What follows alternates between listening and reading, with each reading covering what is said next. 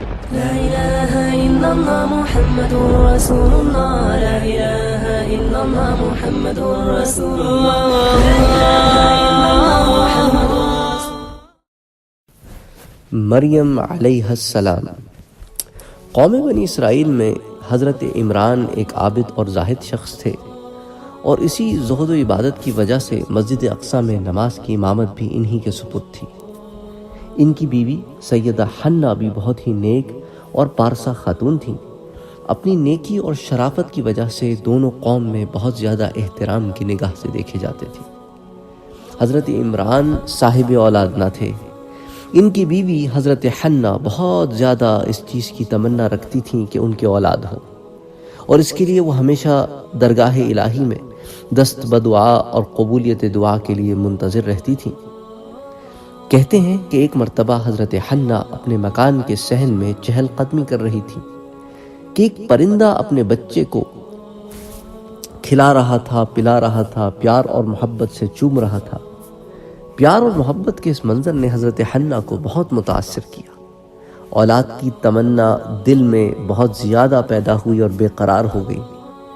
اسی حالت اضطراب میں دعا کے لیے ہاتھ اٹھائے اور عرض کی کہ پروردگار، اسی طرح مجھ کو بھی اولاد عطا کر جو ہماری آنکھوں کا نور اور دل کا سرور بنے۔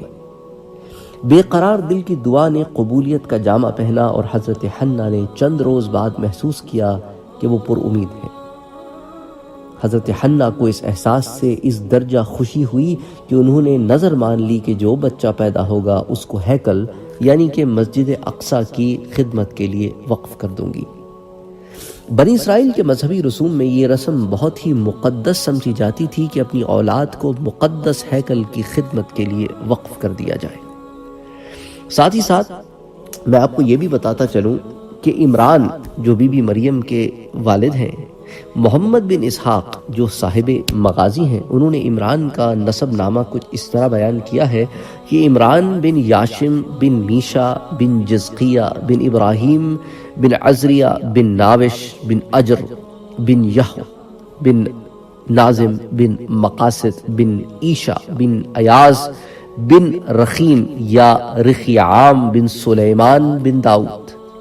تو سلیمان علیہ السلام کی نسل سے انہیں بتایا جاتا ہے۔ اور حافظ ابن عساکر نے ان ناموں کے علاوہ دوسرے نام بھی بیان کیے ہیں، اور ان دونوں بیانات میں کافی اختلاف بھی پایا جاتا ہے، تاہم اس پر تمام علماء انساب کا اتفاق ہے جو نسبوں کے ماہر علماء ہیں، جو نسب بیان کرتے ہیں کہ عمران حضرت سلیمان علیہ السلام کی اولاد سے ہی ہے، اور حنہ بنت فاقوس بن قبیل بھی داؤد علیہ السلام کی نسل سے ہی ہے۔ اسی طرح اس کو حافظ ابن کثیر نے البدایہ والنہایہ میں بھی بیان کیا ہے۔ اب جیسے میں بتا چکا ہوں کہ عمران صاحب اولاد نہیں تھے، اور عمران کی جو زوجہ ہے حنہ، وہ اور زکریا علیہ السلام کی جو زوجہ ہیں اشیاء، یہ دونوں بہنیں ہیں۔ تو بی بی مریم اور زکریا علیہ السلام کا رشتہ یہ ہے کہ حضرت زکریا علیہ السلام بی بی مریم کے خالو ہوتے ہیں۔ ابن کثیر نے ایک روایت یوں بھی نقل کی ہے کہ بی بی مریم کی بڑی بہن کا نام اشیاء ہے، اور حضرت زکریا علیہ السلام جو ہیں وہ بی بی مریم کے بہنوئی ہیں، لیکن زیادہ تر علماء کا اسی طرف رجحان گیا ہے کہ وہ بہنوئی نہیں ہیں، کیونکہ بی بی مریم اپنی والد اور والدہ کی اکلوتی اولاد ہیں، اور اسی لیے ان کی والدہ کے دل میں اس قدر اولاد کی خواہش تھی، اسی لیے کیونکہ ان کی اولاد نہیں تھی اور ان کی بہن کی بھی اولاد نہ تھی۔ تو بی بی مریم اور زکریا علیہ السلام کے درمیان خالو اور بھانجی کا ہی رشتہ بتایا جاتا ہے، بعض کے نزدیک دوسرا رشتہ یعنی کہ بہنوئی کا بھی ہے۔ بہرحال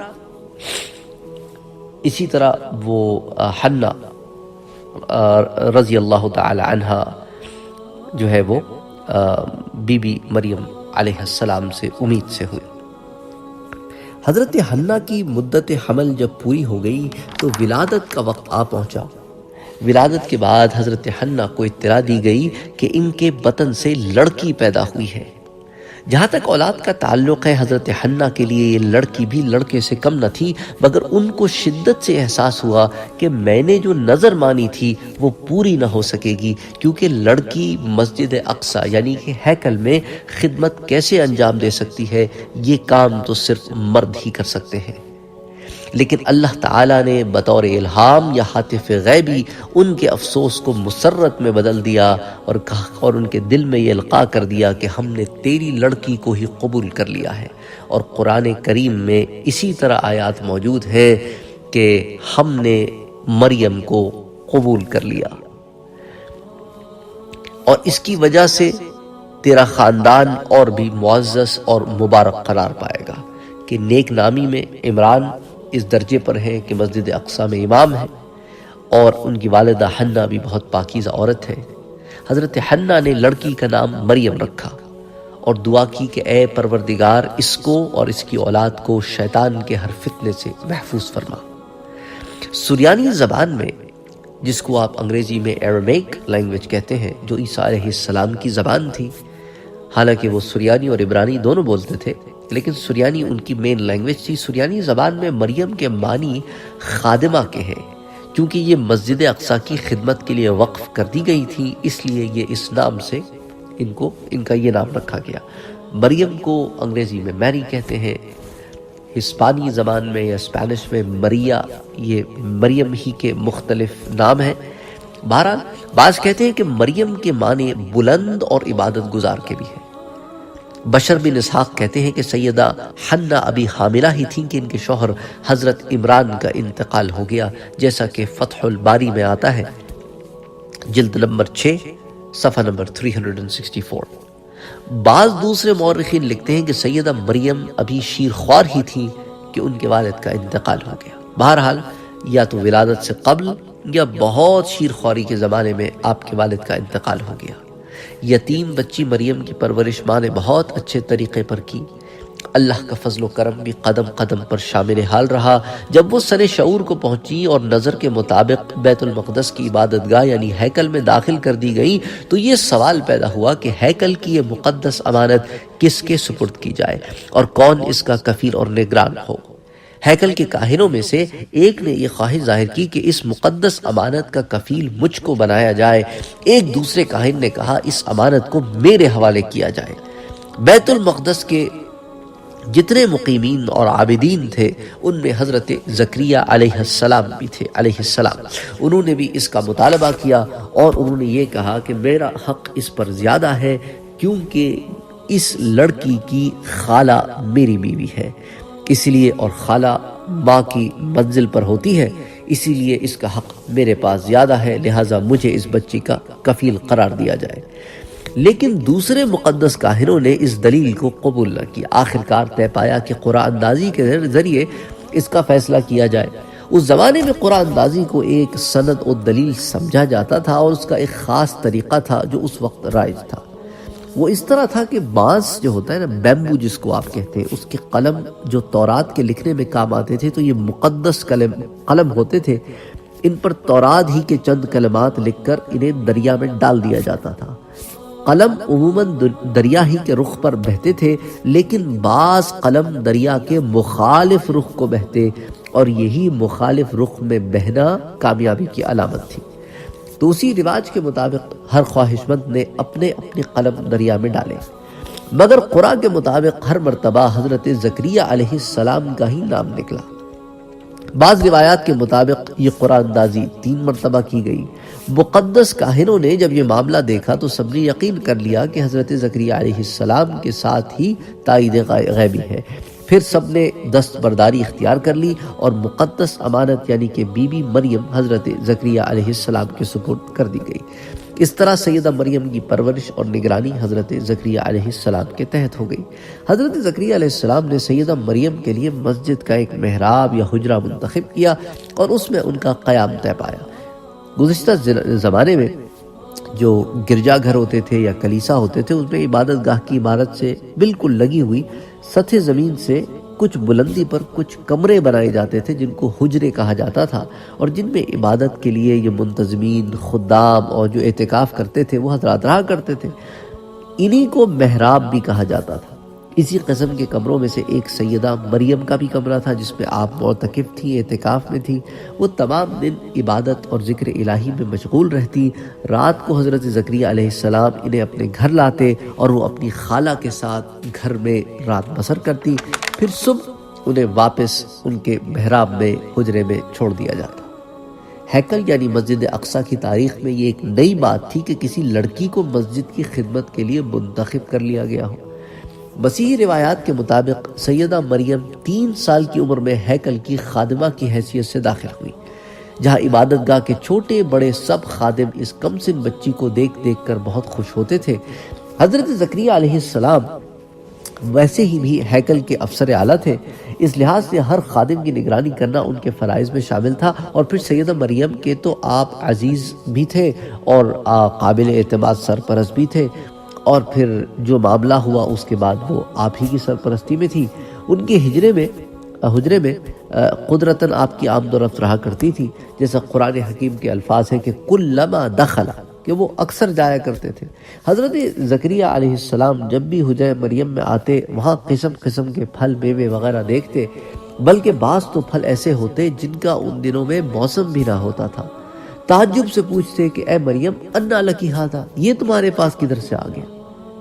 سیدہ مریم جواب دیتی کہ اللہ کی طرف سے آیا ہے، بے شک اللہ جس کو چاہتا ہے بے حساب رزق دیتا ہے۔ بعض روایات میں ہے کہ حضرت زکریا علیہ السلام کو اپنے گھر سے سیدہ مریم کے لیے کھانے پینے کی چیزیں لانے کی نوبت ہی نہیں آتی تھی۔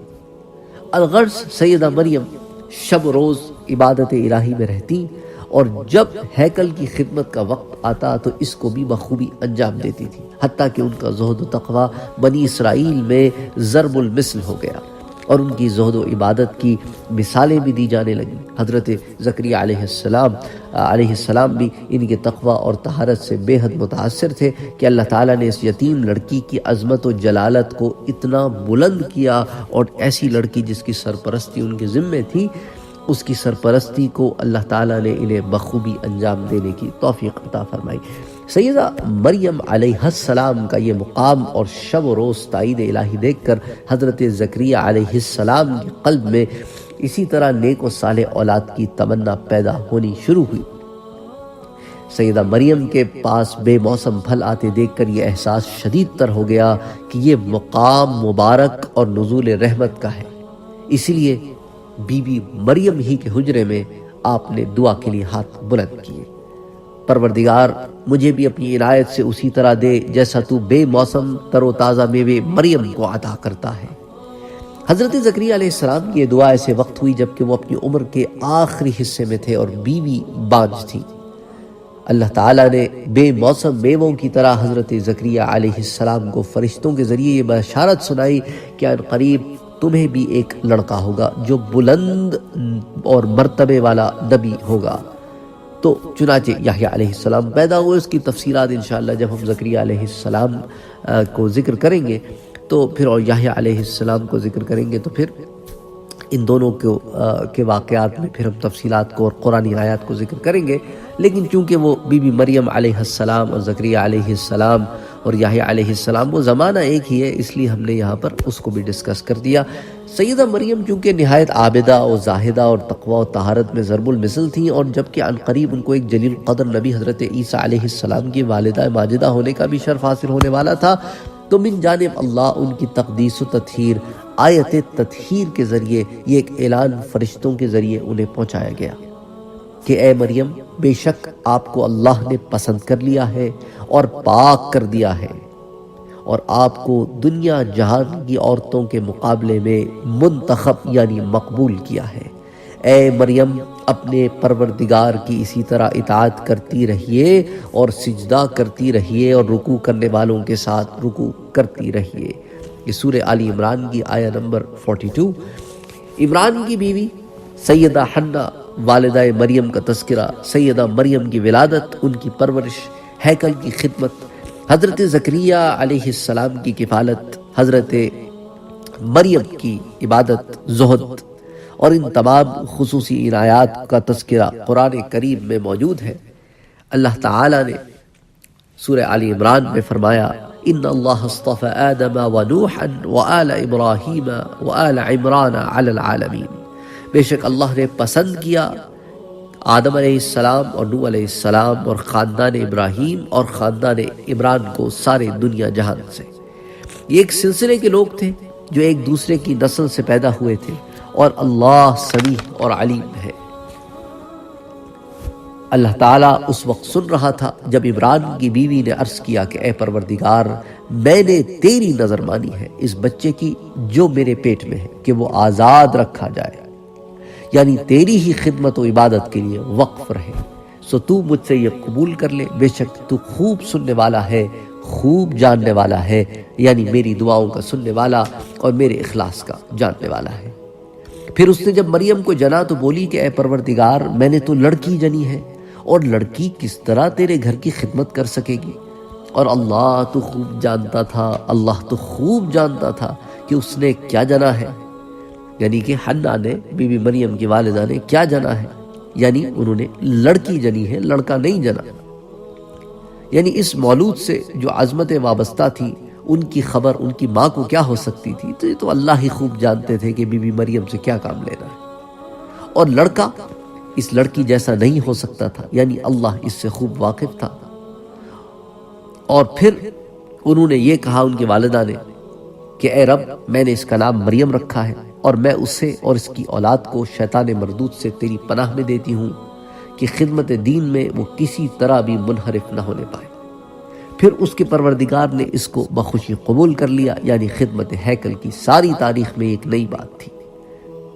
تو یہ باضابطہ بڑی تفصیل کے ساتھ سورہ آل عمران کا اگر آپ مطالعہ کریں تو آیا 33 سے لے کے 38 تک آپ کو یہ تمام تفصیلات مل جائیں گی۔ میں نے بیچ میں کچھ الفاظ اس لیے ایڈ کیے تاکہ وہ چیزیں جو ہے وہ ایکسپلین بھی کرتا جاؤں ساتھ ساتھ۔ تو بہرحال اس لڑکی کو اچھا نشو نما دیا، اور اس کا سرپرست اللہ تعالیٰ کہتے ہیں کہ زکریا علیہ السلام کو بنایا۔ تو یہ سارا مضمون قرآن بیان کرتا ہے، یعنی کہ جسمانی اور اخلاقی اور روحانی اعتبار سے مریم علیہ السلام کا اچھا نشو نما ہونا، یعنی ایک نبی کی سرپرستی میں جو آپ کی اپبرنگنگ ہو سکتی ہے، آپ کی پرورش ہو سکتی ہے، وہ غیر نبی کے پاس تو نہیں ہو سکتی۔ تو اس دور کے بہترین شخصیت کو بی بی مریم کو سرپرست بنانا۔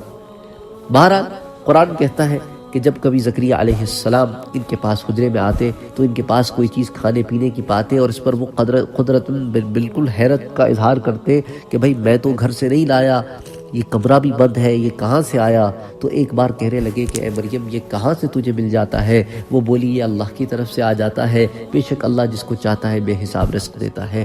تو پھر قرآن کہتا ہے کہ ہنالک دعا زکریا، تو پس زکریا علیہ السلام نے اسی مقام پر، اس مقام برکت کو تبرک سمجھا، اور اسی مقام پر اللہ سے دعا کی اور کرنے لگے کہ عرض کیا اے میرے پاک پروردگار، مجھے اپنے پاس سے کوئی پاکیزہ اولاد عطا کر جو میرے کار نبوت کو آگے چلا سکے، بے شک دعا کا تو ہی بڑا سننے والا ہے، یعنی کہ بڑا قبول کرنے والا ہے۔